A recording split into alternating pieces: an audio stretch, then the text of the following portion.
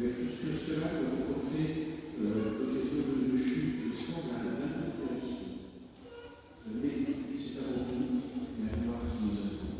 Elle est ce sommet que Jésus nous désigne, et c'est ce qui donnera du sens aussi à toutes les épreuves de la passion du Seigneur Jésus.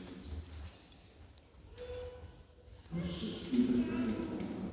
Je crois que c'est le sens de ces trois disciples que Jésus choisit pour assister à ce dévoilement. Pierre, Jean, Jacques. Ils ne sont pas tous, mais ceux-ci pourront témoigner, pourront rendre témoignage au moment de la croix, au moment des épreuves, dire mais oui, il est bien le Fils de Dieu, même s'il est crucifié, il est bien le Christ. Moïse et Élie apparaissent, la loi et les prophètes, pour nous dire que Jésus est bien l'accomplissement de tout ce qui est arrivé par avant, et bien celui qui a été attendu, qui a été annoncé, qui a été expliqué. Pierre a une réaction un petit peu particulière. Maître, nous sommes bien ici dans les sons importants, et on restera sur ce sommet. Mais Jésus sont obligés de dire non, attention. Si tu veux la gloire, il faut aussi passer par avant la transfiguration et la défiguration. Ce passage, largement, nous est donné pour notre vie, en nous désignant le but, le terme, la gloire qui nous attend. C'est ce que nous a dit la lettre de saint Paul aux Philippiens. Nous avons notre citoyenneté dans les cieux. Nous nous attendons comme Sauveur, le Seigneur Jésus. Ça, c'est le but de notre vie terrestre.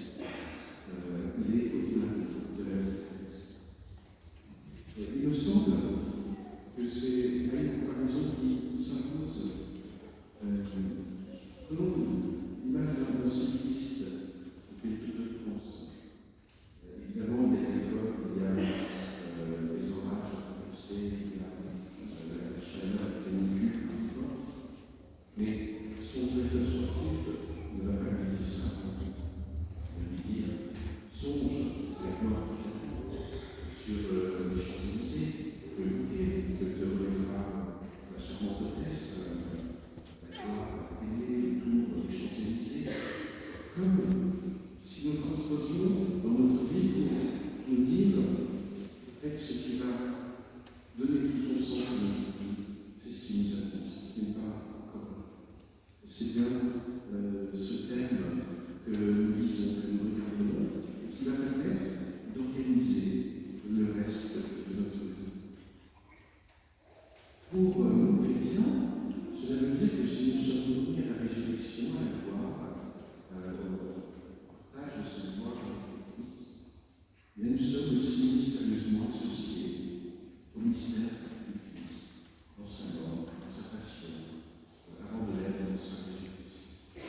Et on entend encore ces appels de la deuxième lecture.